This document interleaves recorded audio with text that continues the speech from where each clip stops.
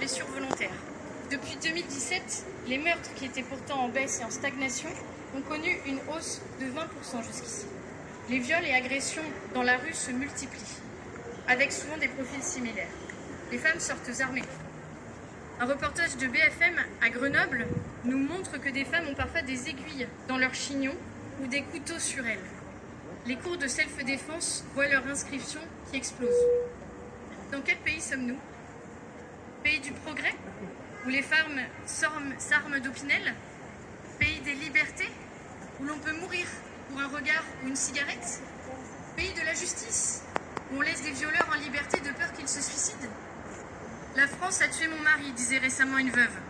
La France a tué Philippine aussi. Mais elle n'a pas tué que Philippine. C'est le cas également de Marion, dont la maman Catherine viendra parler. C'est le cas également de Fabienne, dont la belle-sœur viendra aussi nous livrer son témoignage.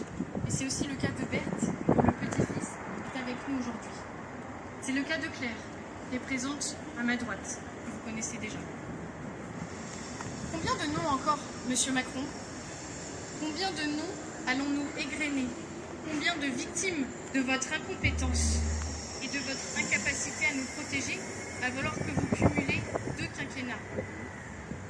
Le moment en question sera tout à l'heure, mais pour le moment, j'aimerais faire intervenir Claire, Marius, Christine et Catherine. Merci à vous.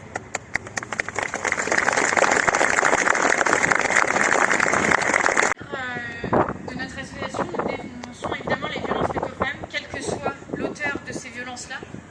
Nous avons mis en avant un certain nombre de violences dont personne ne veut parler, pour la simple raison que ces violences sont taboues.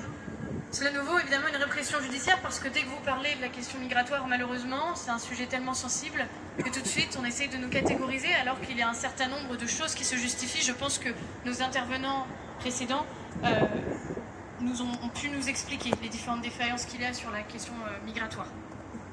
Il y a quelques mois, Yona a fait une manifestation et je voudrais lui laisser la parole pour qu'elle vous explique un petit peu. Alors déjà, bonjour.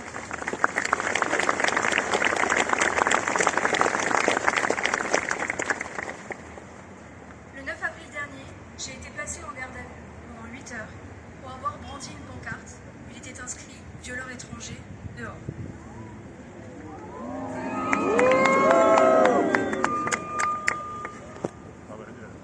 C'est profondément choquant d'être traitée comme une criminelle pour avoir simplement dénoncé une réalité tragique qui coûte des vies, celle de Philippine étant l'une des plus récentes.